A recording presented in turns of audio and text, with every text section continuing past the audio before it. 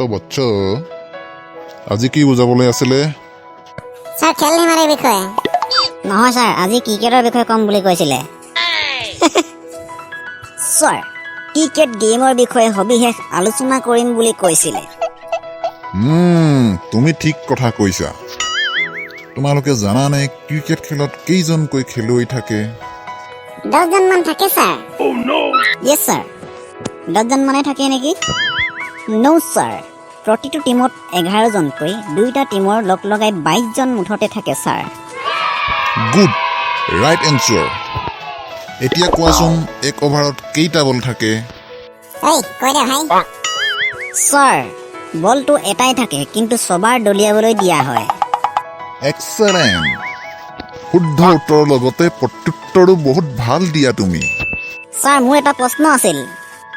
কি সুধাচোন ইণ্ডিয়া আৰু পাকিস্তানৰ মাজত হ'ব লগা খেলখন কেতিয়া হ'ব বাৰু স্যাৰ কেতিয়া হ'ব বাৰু কোনখন খেলৰ কথা কৈছা তোমালোকে এখনতো অলপ দিনৰ আগতে হৈ গ'ল চাইছোতো সেইখন স্যাৰ বঢ়িয়া লাগিছে ভাৰতে জিকিছে ন ইমান ভাল লাগিছে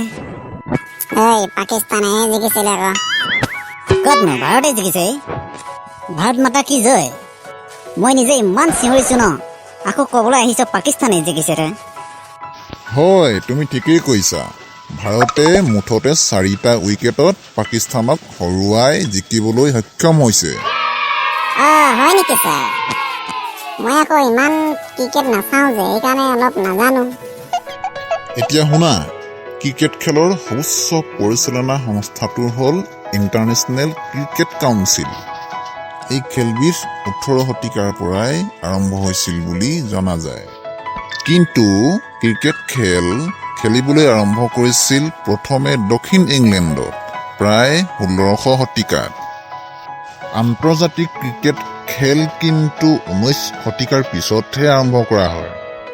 এতিয়া ক্ৰিকেট খেলৰ বিষয়ে কিছু হ'লেও গম পালানে তেতিয়াহ'লে আজি ইমানতে সামৰিছো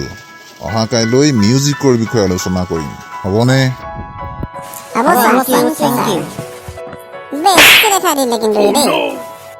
এতিয়া কোৱা তোমালোকে কি শিকিবা